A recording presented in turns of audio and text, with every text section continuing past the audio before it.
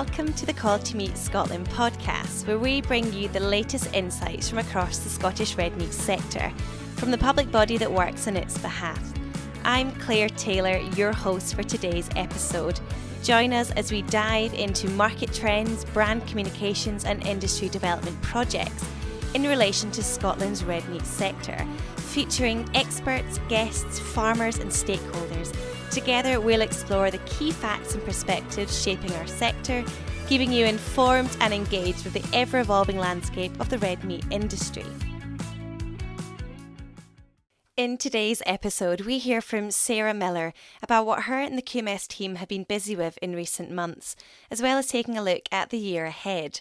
We'll also hear about the exciting new rugby partnership between Edinburgh Rugby, Glasgow Warriors and QMS, and I even managed to catch up with the two filmmakers from the US who spent the last 3 years travelling the world asking the question, what would a world look like without cows? It's a brilliant new documentary which looks to counter some of the negativity pitched at the livestock industry. But first up, I spoke to Sarah Millar.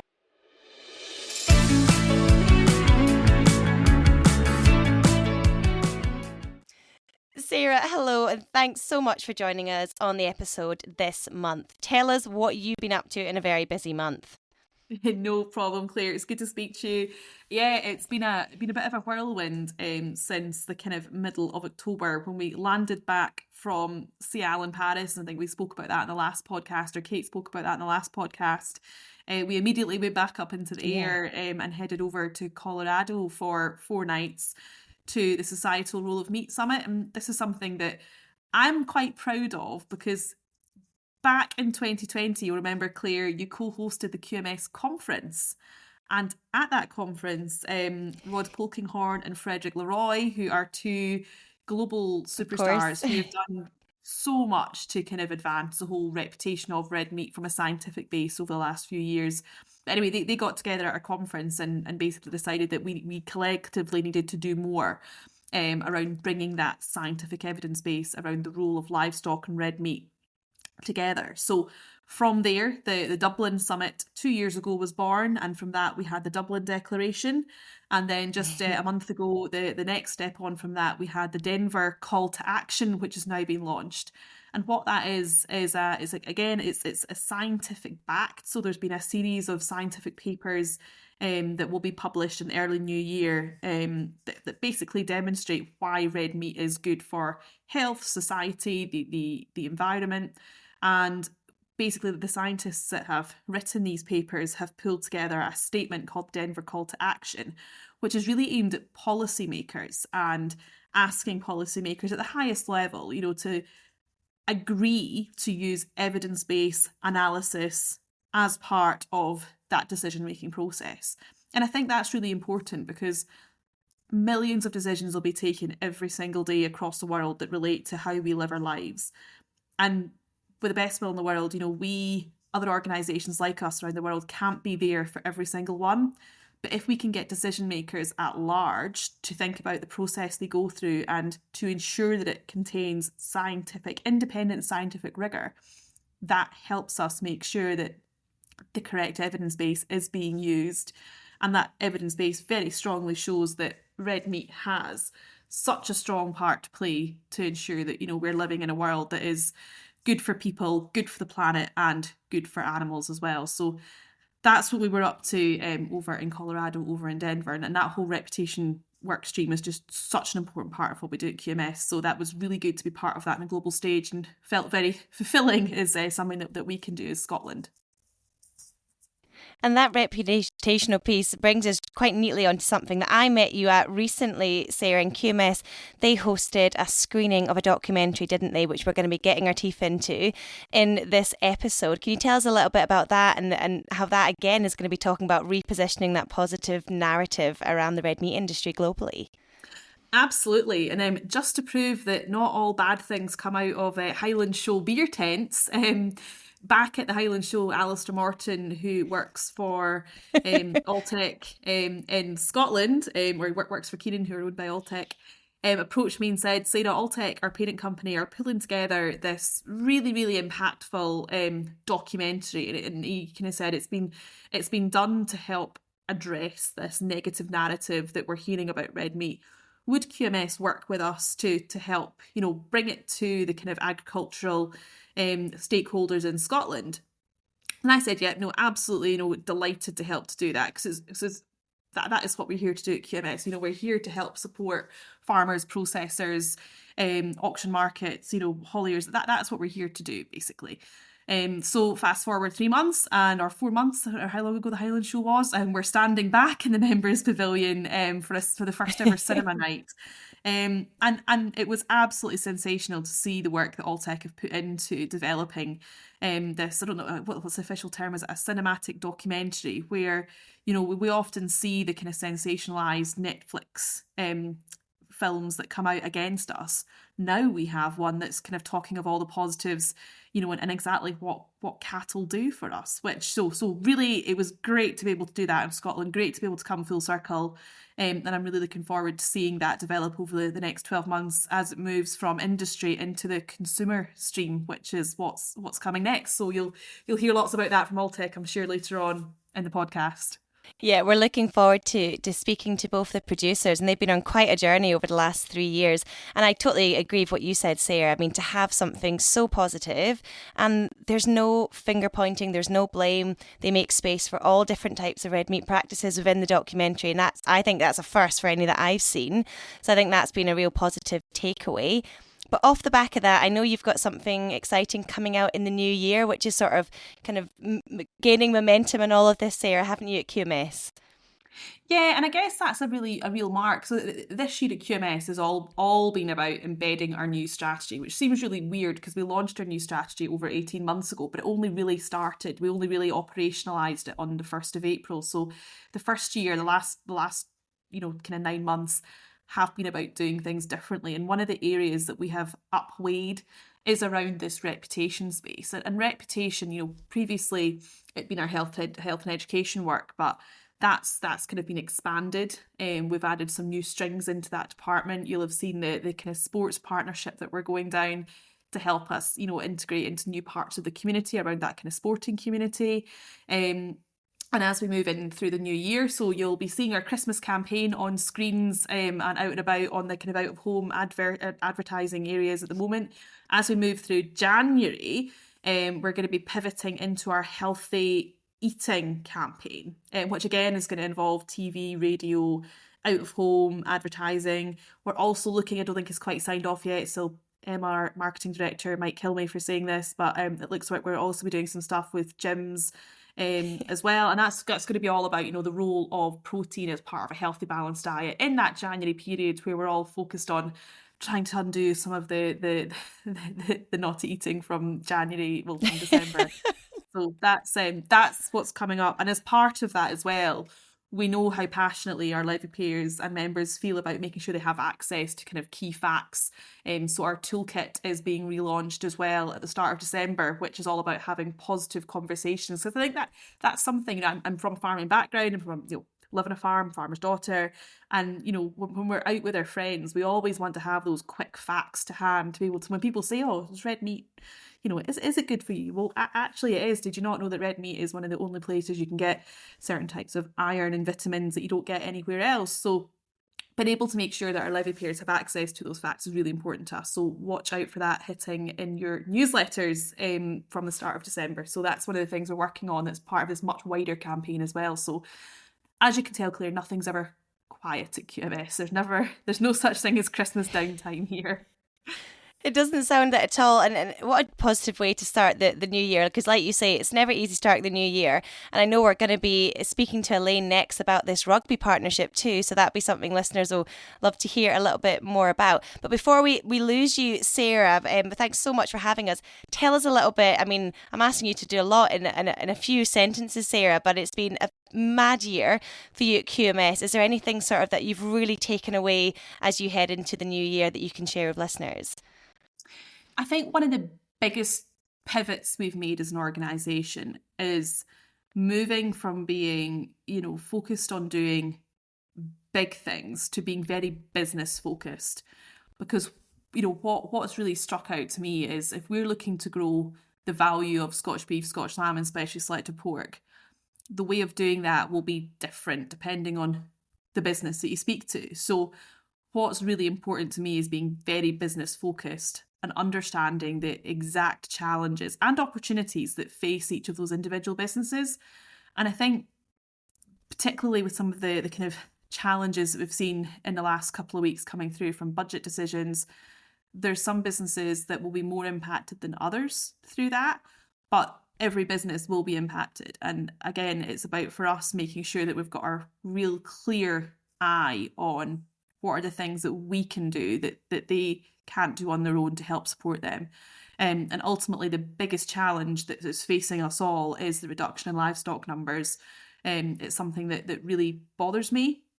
But there's also not one silver bullet to try and stop it. But the phrase that I increasingly come back to, if we don't do absolutely everything within our power to try and halt the decline and reverse the decline, the future won't forgive us. I think I've said it before when I've kind of spoken on this podcast that because, I'm hopefully going to be around the industry for a long time to come, I want to be able to look back in 30 years' time when people are talking about the mid-2020s and, all the kind of challenges and changes we had during, just like we speak about the early 2000s now. I want to be able to say, well, back then I gave it everything that I could. And that is, it's looking at how we can support younger farmers, how we can support new entrants, how we can support farmers that are going, okay, I'm maybe losing labour. How can I make my cattle enterprise more efficient so I am able to continue keeping cows? How does the impact of inheritance tax impact succession? How can we encourage people to have conversations about succession? All of these things come into, and ultimately profitability. Again, going back to that, comment I started on around how can we get more Scotch beef, Scotch lamb, specially selected pork to be sold at a higher price point, and that's what then comes down the supply chain to impact that positive profitability. So yeah, it all starts with businesses front and foremost. And for me, it's going to be continuing in that vein and making sure we can do all we can to help support them through what will be a turbulent year. I think that's one thing we all know, it will be a turbulent year. And it will be, but I think even just your previous answer to this one, Sarah, and talking about some of the initiatives that you're doing, I do think you will look back and think we really did give it our all, because the partnerships and the programmes that you're looking at moving forward, that you've given us a bit of an insight to that we can look forward to, these are all going to be drumming up a real support and positive case around the red meat industry. And I think that's a real positive that people want to be sort of thinking, and you sort of leading from the front on that. Sarah, thanks so much for joining us today, and good luck over the coming weeks. I know your team is incredibly busy out and about. You've got all these different projects and toolkits coming together. I hope all goes well for you in the coming weeks. No problem, Claire. It was good to speak and catch up with you.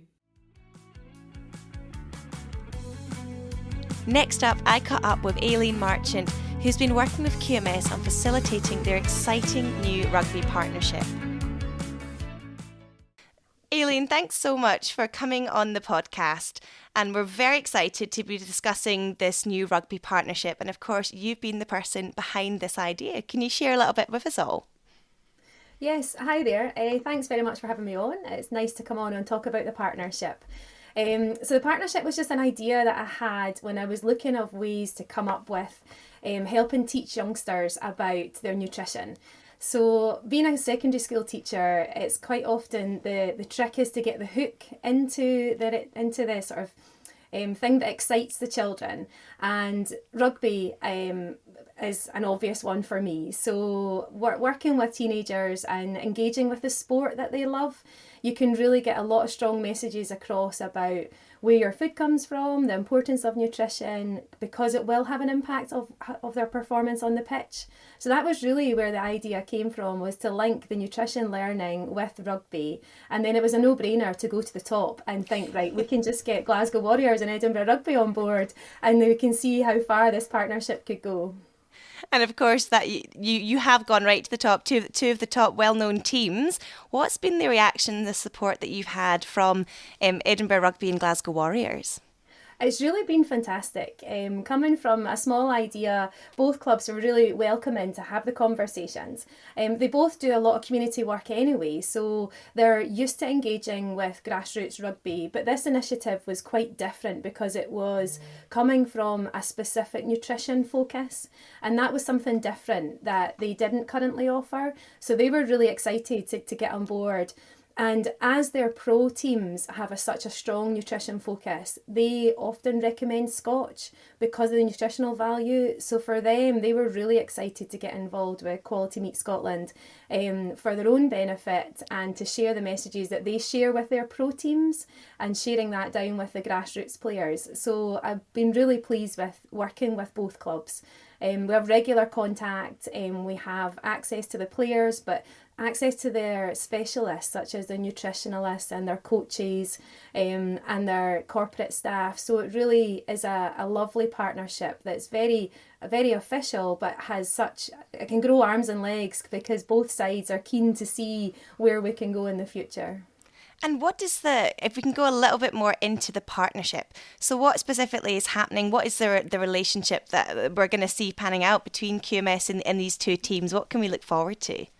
So the future of this role of Sport and Community Coordinator, linking with the two pro clubs, is the idea that we'll run development days in various grassroots clubs around Scotland. So it's very much focused on grassroots clubs, and we're using the pros for their expertise, which is quite a different angle that the pro teams are working with now, because normally the focus is all about the pro players, but on these development days it's all about the grassroots players and the grassroots club members as well.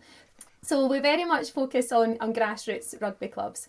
So we will either have a venue such as a rugby club itself or a school or a college, and we will host an event there. So the club will choose which age group we want to focus on, and we will build a day round the learning intentions. So whether it's specifically on nutrition or it's more about where your food comes from, more about how to prepare your food, but we'll also always complement the day with a series of workshops. So we'll have a skills session, because if you're there to learn about rugby, you want to play rugby. So you'll always have a skills session, but throughout that session you'll talk about nutrition.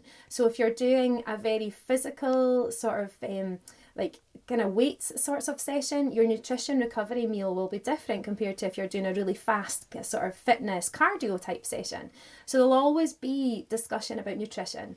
Then we'll move on to a session where we'll either be cooking, or we'll be having a food demo, or we will be sort of compiling food. So for example, we had an event at Murrayfield recently where we had a deconstructed fajita, and the players had to put the fajita together and then compare why one was better than the other just by simply what you added in. So these wee tweaks can make a big difference.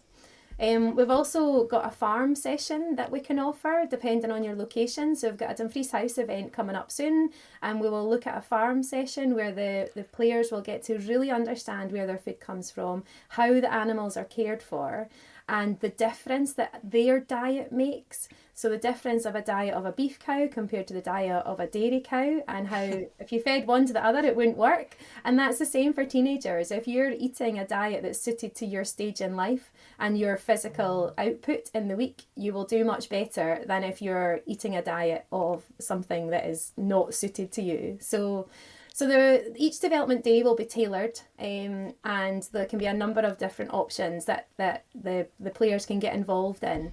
But ultimately they'll go away learning about what Scotch means and the difference of choosing Scotch to other meats, and how the nutritional value is different. They'll learn how the animals are cared for, how the quality assurance scheme works, and how we become able to sell Scotch. So really interesting takeaway for them is then to go away and actively choose Scotch for their own health benefits at the end of the day, and then share that with their parents at home, and then reap the benefits of eating Scotch. Aileen, this is just a fantastic initiative, and we were saying just before we recorded this episode, you were saying it was great to hear so many young people so excited, and I was like, well, no wonder. I mean, what an amazing holistic experience they're getting taking part in these development days, and I'm sure a lot of people listening will be wondering, well, how do we get involved? I guess that's my kind of last question to you, Aileen. What is the sort of format moving forward in terms of, you said obviously about Dumfries House and some examples of places. How can people get involved and support and partake in some of these days? Oh, we're always looking for willing volunteers. And the more we can connect with the industry, the better. And whether that's the rugby industry or the agricultural industry, we will always be welcome to work together. And I think the collaboration of this project is what makes it work. So we're collaborating with the pro teams, but we want to collaborate with grassroots rugby clubs. We want to collaborate with schools. We want to collaborate with farmers. We want to collaborate with those people that are just really keen to help educate youngsters about where their food comes from and about choosing Scotch. So if anybody is interested, whether it is to help host a day at a venue, whether it's to run a workshop, whether it's to come along and help the groups move from station to station, whether it's to help deliver a workshop, we're more than happy to have anybody on board. So if anybody is interested, they would just get in touch with us at QMS and we would let them know what days we've got coming up, and then we can see where their skill set would fit into it. But also, if there's local clubs out there that would like a day, then there would be great to hear from them, and we would have a chat and see how we can put a development day together that would be specific to their needs. Aileen, this sounds absolutely fantastic. I'm sure there'll be lots of people putting their hands up, and being a school teacher as well. I mean, what an amazing network that you have to tap into and to spread the word as well. So we're all very lucky. But thank you so much, Aileen, for sharing about the partnership today and what exciting things to come in the coming months. Oh, thank you very much. Nice to speak to you. Now we're heading over to Kentucky to hear from the two filmmakers who are behind the new documentary, A World Without Cows. Now, QMS recently hosted one of only a few private screenings that had been taking place before it is rolled out more widely, and around 100 farmers turned out to watch what I personally believe is a much needed documentary for agriculture. It shares a more nuanced view of cattle around the world and their valuable role in not only producing food, but the story which often doesn't get told, their role in mitigating climate change and looking after our natural environment. Feed company Alltech are behind this exciting film, and they wanted to start an important conversation about the role cows play in our daily lives and in the world around us. It features interviews with farmers, ranchers, scientists, academics, advocates and other experts. And I caught up with Brandon Whitworth and Michelle Michael, who have been on the road for the past 3 years, capturing the stories of people in the agri-food sector, to hear more about the filming process and what they learned during this amazing journey. Brandon and Michelle, it's so great to have you on the podcast. You have both had the most amazing adventure over the last few years, and we're all dying to hear more about this documentary because no one has the answers like you both do. So I'd love to just get straight in and ask you how you both started this journey and why did you get involved? Hi, Claire. Thank you so much for having us. We're really excited to chat with you about this.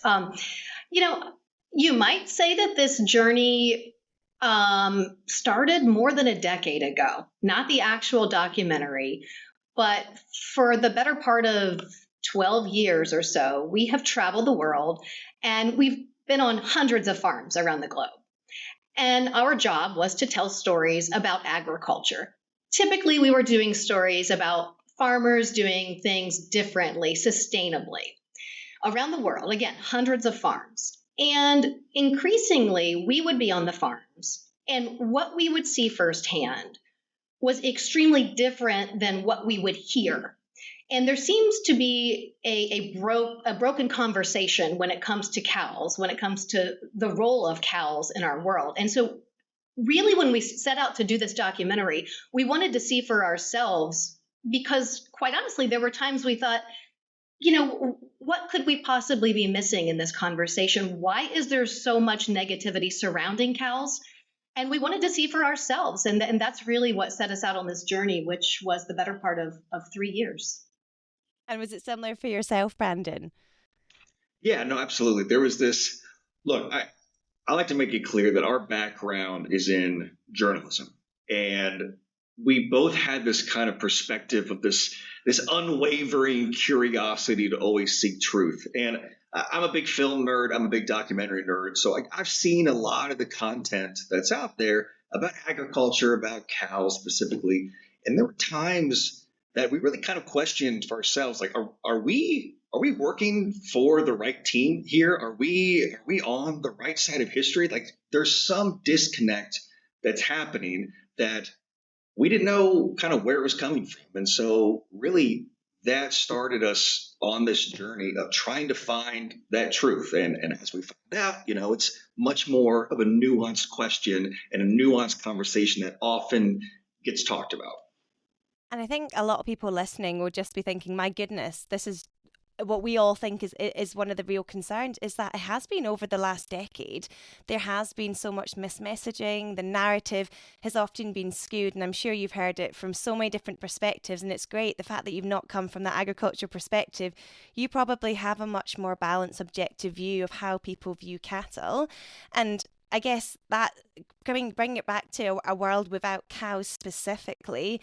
You two are probably a great pair to be setting off in this journey, having had that background, having all those years to do that. What was the real goal from day one? What were you sort of given as your sort of mission statement to discover for this documentary before you set off? That's a great question, because honestly, the goal from day one was to start conversations. There's times we talk to ag groups or groups outside of ag, and it's I think they have this perspective of, was your goal to defend agriculture? No, not really. Our goal was to find the truth, to find that nuanced conversation that wasn't happening. Now, in the end, there's ag looks good in some areas, ag looks, they struggle in some areas, but it's that kind of the realization of coming together to go, where are the areas that we can get better? What are the areas that we can, grow? And it's that conversation in the middle that wasn't happening. So that was the goal from the beginning. Create a piece to create like a new common ground to have these conversations to move forward. Yeah, I mean, I think when it comes down to it, the conversation around cows and their impact on our world, it's very nuanced. It is not black and white. So far from providing simple answers, what we really want to do and what we're seeing around the world, even in these private screenings, is we are creating a deeper dialogue for people to have and potentially come to the table with meaningful solutions for the future. And let's go through your travels. You said at the top of this recording, 3 years. That is a huge amount of time. And I might have got this wrong, but I think you've been to around 21 countries. Is that right? Can you talk a little bit about that journey, where you went, and maybe what really surprised you on that journey and how it worked? Yeah, we went to Kenya, we went to Brazil, we went to India, we were in the Netherlands, we were in Germany, we were around the United States, we were in Singapore. What am I leaving out? Did I say Brazil? We spent the better part of 3 years. Now, we started this during the times of COVID. So a lot of our research was done just like we are right now on a computer, talking to hundreds of experts around the world to try to really find out, where do we even go to tell this story? And I think what we learned that was most significant is that cows mean different things to different people around the world, right? The context of cows in one location is not the same as the context of cows in another location. I thought that was really surprising. And then, because what was so fascinating for me, because I'm very lucky, I'm someone that has seen the documentary, you gave this perspective of cows in India, and we talked about the idle cow, and I could see the audience watching this just thinking, oh my goodness, millions of cattle that aren't entering the food chain, just sitting idly.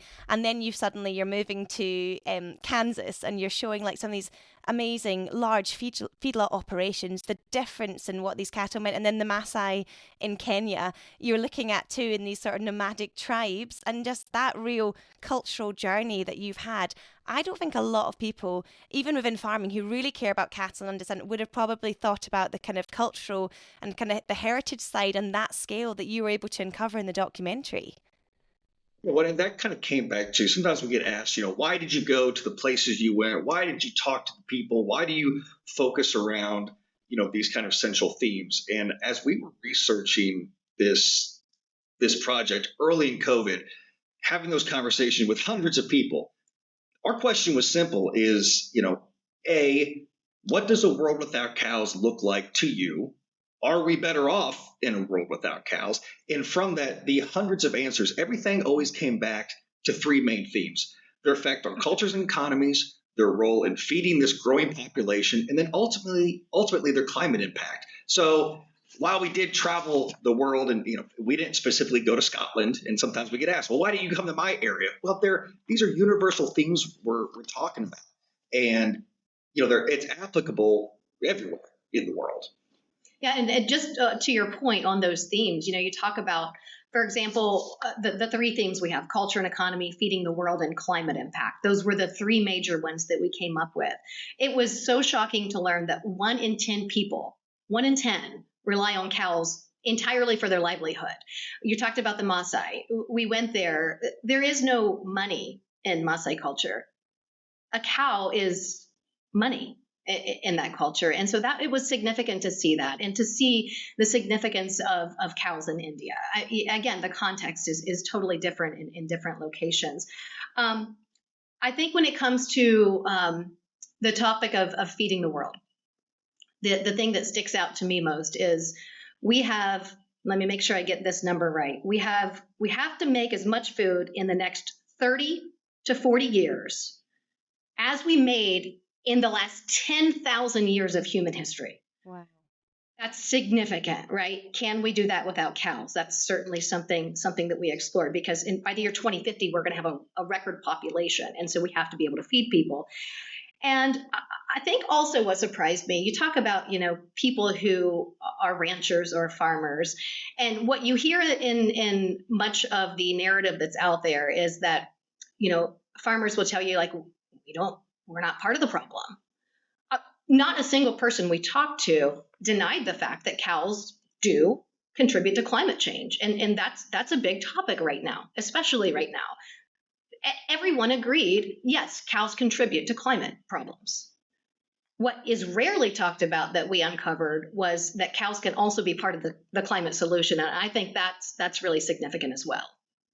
Yeah, and it absolutely came across throughout the documentary. And the point that you made there, Michelle, about, the amount of food we need to produce in 30 years. And this is where part of the criticism is probably weighed against agriculture, because how do we do that while being mindful of your other two themes, mindful of the economy and cultures and mindful of the environment? But I think what you did through some of the experts you spoke to is you actually were able to give evidence of where they're positively contributing. And I think so much of the noise that's often around this conversation, we focus on these things in exclusion of each other. So we don't look at the kind of wider, kind of more holistic picture. And it's probably the first documentary that I've seen that takes in the wider perspectives. And you didn't shy away from conversations that were critical of agriculture too. And that was really important to do, because if it had just come out as a documentary only showing like everything's got to be about cows and cows are the only way, but you didn't do that. You had professors down in Oxford and places that had moved away from animal-based proteins, which I thought was a really, really positive thing to be doing. If this is going to be something that's coming out and associated with the livestock industry, was that quite purposeful from both of you? Yeah, it was. I appreciate you bringing that up, because it's something that we like to kind of hang our hats on a lot, and that really came from kind of that journalistic background, where as a consumer of other types of media, it quite frankly really, I'm trying to use a nice word, it ticked me off a lot to watch some of the lazy storytelling, the lazy journalism that often gets utilized when it's only the one perspective, when you're only talking about things in very specific silos without understanding the impacts that it has in every other area, like understanding that everything is combined. You can't talk about these things in a vacuum. And so as we were going on this journey, we had very real conversations about, like, look, like, if we're going to do this, if this is ever going to make the impact that we hope it could have, it has to be a balanced conversation. We have to talk to people that have differing opinions, because, I guess I always thought about, okay, if this only exists in agriculture, we failed. If this only becomes a big celebratory piece for ags doing everything great, then we failed. Then nothing gets done. There's no progress that's being made. And so, yeah, I appreciate you bringing that up, because it's something that was very real in the conversations that we were having. Yeah, completely agree. And I guess there needs to be a level of accountability. And so if you don't address it, then no one seeks to tackle it. And I think I think sometimes agriculture, and I've called out quite a lot, can be guilty of speaking in echo chambers, and we don't actually consider or are interested in those opinions that don't fit with ourselves. So I think it's really important to actually show that agriculture is willing to engage and want to have those conversations. And it's really good that you didn't just see, like, and it was very evident, you didn't see people just saying, we're not part of the problem. It's, let's own the part that we have played, even if that has been, out with a lot of it has been out of agriculture's control, whether it's been different governments and policies. We're not even going to get into that. But the reality is there has been problems, but then there's so many fantastic examples that you showcase of people just doing amazing things positively. And I imagine the documentary will also inspire, because you're learning lessons from different countries, that a lot of people in agriculture, because people are often tied to the land, they don't get the chance to travel like you do, like I've done, to see these amazing practices. So what you're doing is you're sharing those ideas for everyone. Yeah, it was quite a privilege too, just to be able to see that firsthand, to really see it and to understand it. And what a privilege to be able to share it with everyone. Mm-hmm. And what kind of responses did you get? So let's say you turned up in India, you turned up in Kansas and Kenya. What was the kind of response that you got to be actually putting this, filming this documentary? What were people saying to you? I'll be completely honest with you, because this goes back to us as being former journalists setting out to tell this story. Because we'd been on lots and lots of farms, we still had this sort of, what are we missing? Like, why maybe farmers are kind of hiding something. Maybe ranchers are kind of. Look, we talked to dozens of farmers and ranchers, and the brightest minds in the world of agriculture and climate issues. And as we requested to come to their farms in their countries, not a single person denied us that opportunity. In fact, I would give you a different perspective. It was quite the opposite. There was this excitement, this let me share with you what I do because I want to tell you. So I think, that's something that maybe farmers and ranchers aren't used to around the world, right? They're not predominantly storytellers. They're food producers. They make food for you and I to eat every day. And I think, there's perhaps a misconception that farmers don't want you to know what they're doing on their farms. And I think that's completely the opposite. Look, I mean, agriculture in general has done a pretty terrible job of telling its own story over the last decades. That's no secret. They produce food. They don't tell stories. And so because they're not necessarily always talking to you and I, it leaves this void where people can just assume what they want to assume, typically a very negative assumption. But I was quite struck by the amount of people that we talked to and the amount of invites that we had. Yes, please come to my farm. Come see what I do. Let me show you. I want to show you. That was reassuring.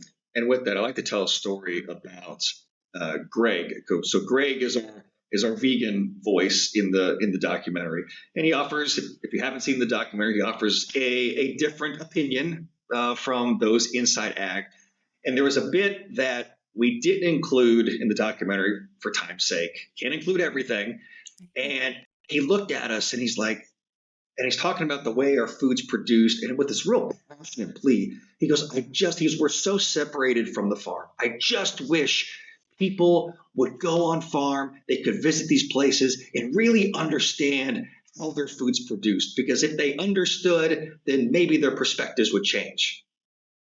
And I looked at him and said, Greg, I've been on hundreds of farms around the world. Literally, that is exactly what every farmer I've ever met has ever said to me.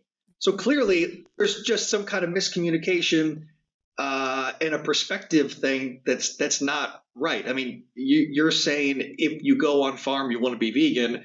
The farmers are saying, I want you to come on my farm to understand how much I care for these animals and how your food's produced. I want you to have this connection to the land, to these animals again. So there's just, again, I think we're so used to both sides just screaming at each other from the other sides of the aisle that if we could just sit down and have a meaningful conversation with each other, we might actually make some progress.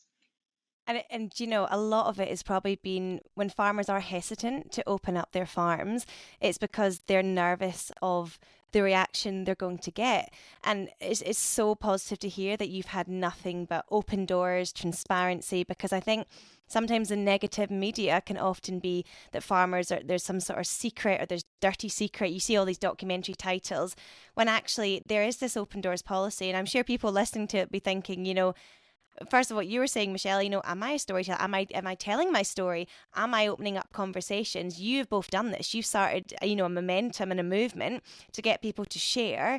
But a lot of people, and I think that is agriculture's weakness, is that we don't often share. And I guess that's what I took from A World Without Cows, is that you've sparked a movement that hopefully, I don't know what the next step will be, there'll be a part 2 or whatever, but you're going to help other people to think, okay, maybe I'm going to have the confidence to share. Is that part of the hope from this?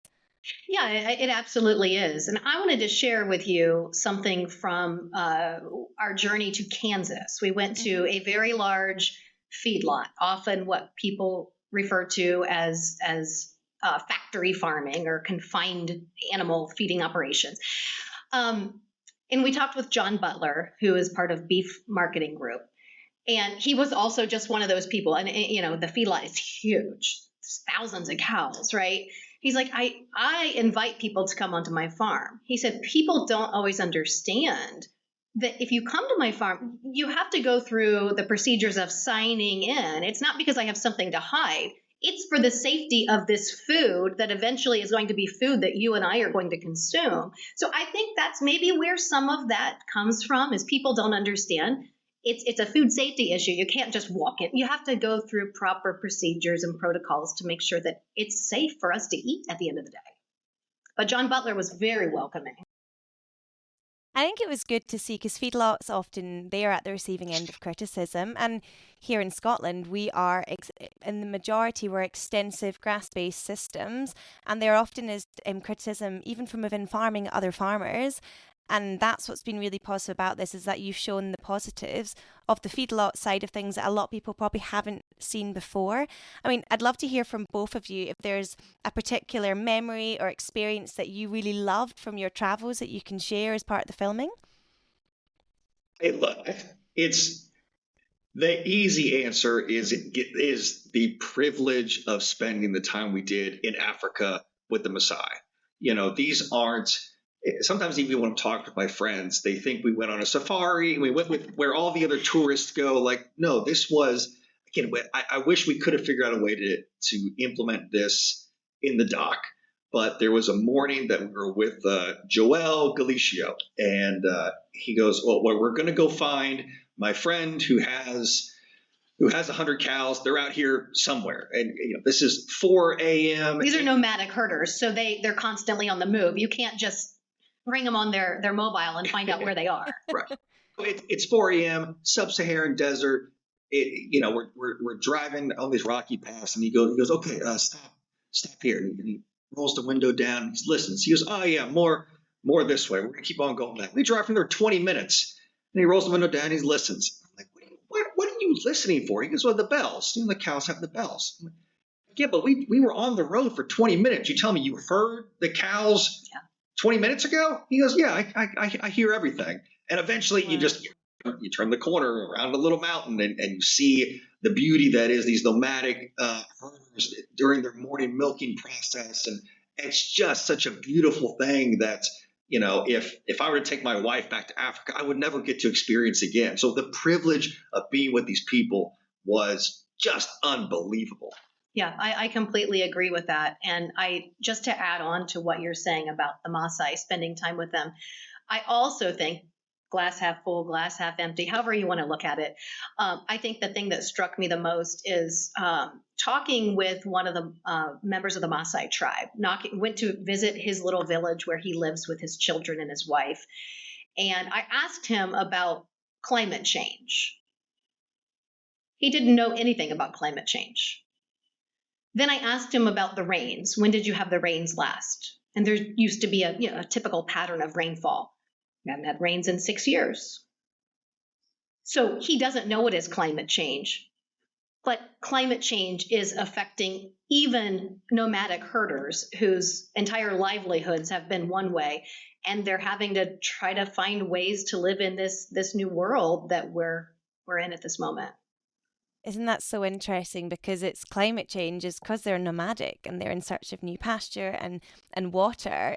It's because they haven't had rains and there's been so many droughts and they've lost livestock. And you just to think we are so focused on that conversation in parts of America and Europe that we can't begin to almost imagine until what you've both done is you've immersed yourselves in a community where they have very different priorities, even though commonalities in terms of the challenges. I mean, just how fascinating an experience that you both had. And just for those that are listening that haven't had the chance to see the documentary, what is the sort of intention with it? Where is it going to be going next? How can people follow the journey? Well, we would love for you to sign up right now. We're doing lots and lots of private screenings. You can sign up for one of those and see where those screenings are. That's on worldwithoutcows.com. And in the meantime, we are hoping to get this out there to a much larger audience, because once again, if this just exists in the world of agriculture, it's not farmers and ranchers that need to see this story, right? It needs to reach a much larger audience, and so that we can actually make some progress and come to the table with real solutions. So we're also actively kind of running it through the film festival circuit. So we've applied to festivals. Again, these are outside of ag type events, a lot domestically, but many internationally. So we're hoping to have some play in there. And I like telling a quick story from we were in Southern California, a little town south of LA called San Pedro. And we were playing in a festival that had a lot of focus around environmental type issues. And the films that were playing before us and after us all had a very specific vegan focus. And so naturally, the audience that gathered there had a big interest in these vegan type issues. And I think this was a brilliant example of two sides really coming together, because the film plays, it ends, we do a quick Q&A following the screening, and these ladies in the back, they raised their hands and they said, look, I'm vegan. I'm still going to be vegan after this. You know, this isn't like trying to convince me to eat meat or not. She goes, but it's so refreshing the way this conversation is happening. It's so refreshing, the balance, the approach you took with this. She goes, I'm a normal person. I'm not a policymaker, but this needs to be in front of policymakers. She goes, because I mean, I'm still vegan, but how do we get this out there? And I'm looking at this lady and I'm going, I think this is what we're trying to do with this ultimately, right? Like, we're trying to engage everybody to have these meaningful conversations, to get it in front of people that might be able to make policy changes. And it felt like a success, quite honestly, because you would think that there could be some hostility in that audience. And it wasn't even close to that. It was like almost like you could breathe a sigh of relief. Like it is doing what we set out to do. We're sparking a deeper dialogue with people. Right. That is just so positive to hear. And I know a lot of people will be dying to watch this. And I guess 2 final questions from me. Anyone listening, what would be your message to them? And then lastly, a world without cows, what would you respond to that? I mean, what is the key message from that and what next? I think that sounds like three questions, and I can always go over them again. So a world without cows, first of all. I think the takeaway for me personally, you can get rid of all the cows if you want to. It's not going to fix climate change. That is not the reality. And I think when it comes to, you asked a question, I think, about what we want people to do. I think the takeaway is, yes, we created this to spark a deeper dialogue. I sometimes think what's missing in this is the simple listening. It's not just about talking, right? We have to listen and actually try to understand. And listening is very different than just hearing. And so I think that is something that I would say is, yes, we can have a dialogue. But again, the shouting across the aisle, it's not going to create solutions for us so that we can have a thriving planet for the future. I think it's very much about listening to the other side and understanding. At the very end of the documentary, man named Jay Vogel, who's formerly with the Dairy Farmers of America. That's something really impactful to me, where he said that I'm going to butcher the quote, but it was along the lines of, too often we're trying to shut down the story, the conversation. Too often we're trying to declare we're right. Too often we're trying to stop that engagement. And that's where these issues happen because of the nature of the narrative and the conversations that are happening. It's yelling. Well, I'm right, you're wrong. Okay, there's nothing in common, so let's stop. And that's the problem. And that's what I feel pretty proud that I think that's what I ultimately want this to serve as, is a new baseline to have conversations. Because again, if you can walk away from this, from an ag event where people go, yes, this is great, and you walk away from a group of vegans going, yes, this is great. Okay, so clearly there's a new baseline where we can have productive conversations. And that's just not like ranchers and farmers having these conversations. I think it comes down to our climatologist that we talked to, you referenced earlier, John Lynch from Oxford University. I'm probably going to butcher his quote, but he said something along the lines of, we can give you the first half of the information as scientists, but there's a social and political conversation, and that's where that conversation has not yet started, and that needs to happen. Oh, I think that's just such an amazing place to leave it there. And I think, Brandon, you said right at the start about curiosity. And I think that's something that you have showcased throughout this documentary. And that is why there's been listening and there's been engagement, because you've been so curious. And you're journalists, so you're naturally curious. But maybe we've all on different sides. We've sort of lost our ability to be curious. And because of that, we've not been able to have these conversations until now. So I can just thank you so much for coming on the episode and sharing a little bit behind the scenes. What a journey you've been on. And I'd love to get you back on in the future, because I'm sure you'll be on another journey at some point. You'll be covering more things once it gets out to wider audiences. I'd love to keep in touch with you. But yeah, thank you so much for your time today. Claire, thank you as well. Claire, thank you. And let me just point out, like, this is part of it, right? Like, this is part of the conversation, this type of engagement. So thank you for your role. And I just really appreciate this. Thank you. Thank you for tuning in to the Quality Meats Scotland podcast. Don't forget to subscribe wherever you listen for more monthly episodes as we continue to explore the vital topics affecting the red meat industry.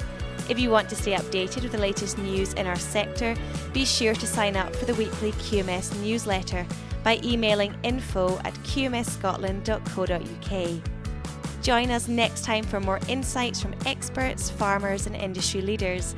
But until then, stay connected with us on our social channels and keep up with the latest news from Quality Meats Scotland.